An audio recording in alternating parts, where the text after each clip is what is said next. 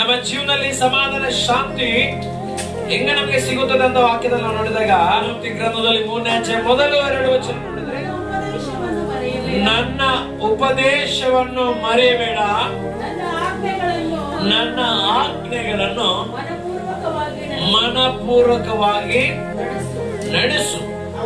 ಅವು ನಿನ್ನ ದಿನಗಳನ್ನು ಹೆಚ್ಚಿಸಿ ನಿನ್ನ ಆಯುಷನ್ನು ವೃದ್ಧಿಗೊಳಿಸಿ ನಿನಗೆ ಸುಕ್ಷೇಮವನ್ನು ಉಂಟು ಮಾಡುವವು.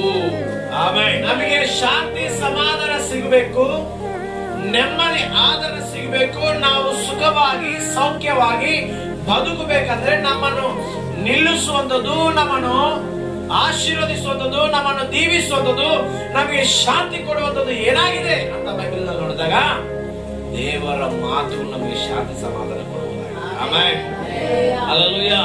ಭಕ್ತನಾದ ಸೊಲೊಮೋನ ಅಂದಿದ್ದನು, ನನ್ನ ಕಂದ, ನನ್ನ ಉಪದೇಶವನ್ನು ನೀನು ಮರೆಯಬೇಡ, ನನ್ನ ಆಜ್ಞೆಗಳನ್ನು ನೀನು ಮರೆಯಬೇಡ, ನನ್ನ ಮಾತು ಕೇಳು, ನನ್ನ ಮಾತು ಕೇಳಿ ನಾನು ಹೇಳಿದ ಪ್ರಕಾರ, ನಾನು ನಿನಗೆ ಬೋಧನೆ ಮಾಡಿದ ಪ್ರಕಾರ ನಿನ್ನ ಜೀವನ ಸರಿ ಮಾಡ್ಕಂದ್ರೆ, ನಿನ್ನ ಜೀವನ ಕಟ್ಟಕೊಂಡಿದ್ರೆ, ನಿನ್ನ ಹೃದಯ ಕಟ್ಟಕೊಂಡಿದ್ರೆ ನಿನಗೆ ಏನ್ ಬರುತ್ತೆ ಗೊತ್ತಾ?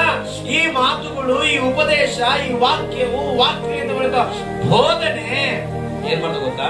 ನಮಗೆ ಶಾಂತಿ. ಆಮೆನ್.